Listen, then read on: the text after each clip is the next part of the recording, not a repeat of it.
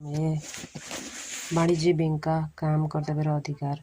मुख्यतः काम के कामहरू वाणिज्य बैंकले गर्छ भन्ने कुरामा चर्चा गर्न गइरहेका छौँ। त्यो चर्चा गर्नुभन्दा पूर्व हामीलाई बैंक भनेको के हो त्यो कुरा जान्न आवश्यक हुन्छ। त्यसैले बैंक भनेको हामी सबैलाई थाहा नै छ। सामान्य रूपमा हामीले बचत गर्छौँ, ब्याज पाउँछौँ, ऋण लिन्छौँ। अब ती सबै कुराहरू कारोबारहरू गर्ने ठाउँ नै बैंक हो हामीले बुझेअनुसार।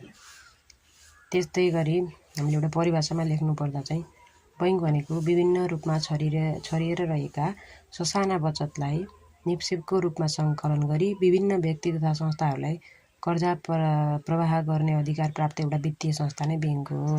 विभिन्न छरिएर रहेका ससाना बचतलाई निक्षेपको रूपमा सङ्कलन गरेर विभिन्न व्यक्ति तथा संस्थालाई एउटा निकाय अथवा एउटा संस्थाले कर्जा प्रवाह गर्दछ भने त्यस्तो संस्थालाई नै हामीले बैंक भनिन्छ।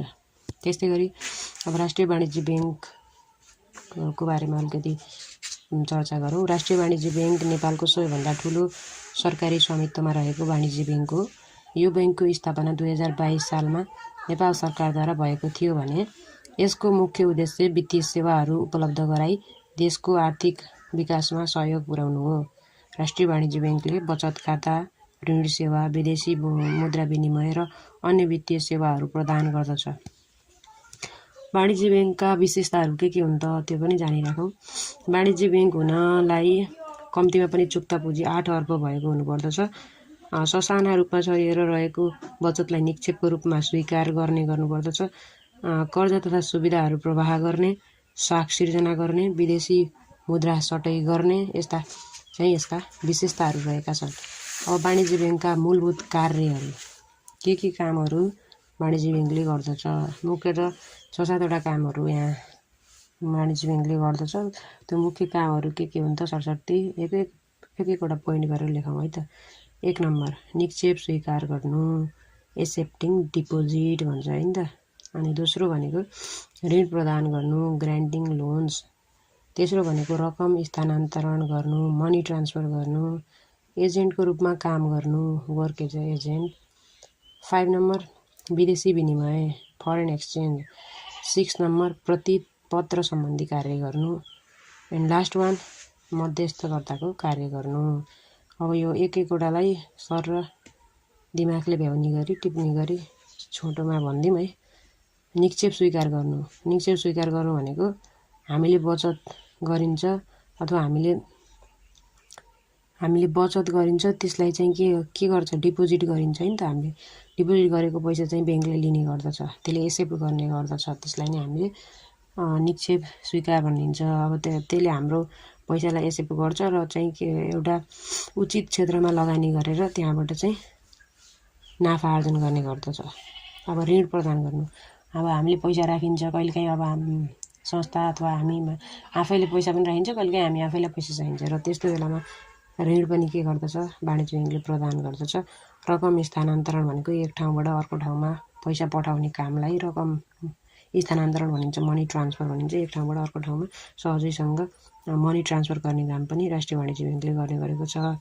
एजेन्टको रूपमा काम गर्छ, जस्तो हामी लगानीकर्ता र निक्षेप राख्ने व्यक्ति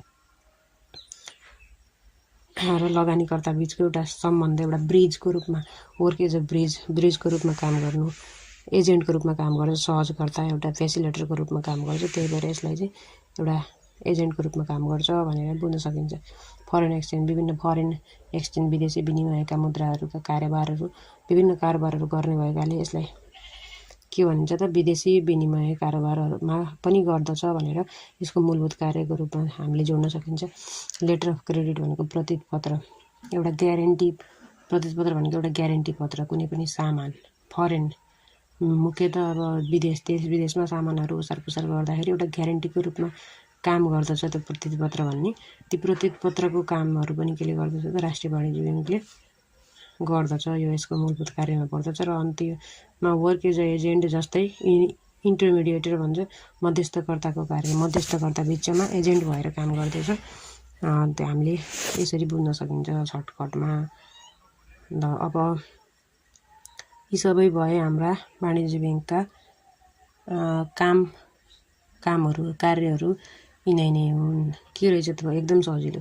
सुरुमा चाहिँ हाम्रो डिपोजिट एक्सेप्ट गर्यो, त्यसपछि लोन दियो, मनी ट्रान्सफर गर्न हेल्प गर्यो, त्यसपछि एजेन्टको काम गर्यो, विदेशी विनिमय काम गर्यो होइन त। अनि प्रत्येक पत्र सम्बन्धी कार्य गर्दछ र मध्यस्थकर्ता सम्बन्धी कार्य गर्दछ भनेर लेख्ने र टक्क लेखेर दुई पोइन्ट डिस्क्राइब गर्ने टक्क लाएर अनि लास्टमा एउटा राम्रो निष्कर्ष दिएर एन्डिङ गर्ने यही नै हो।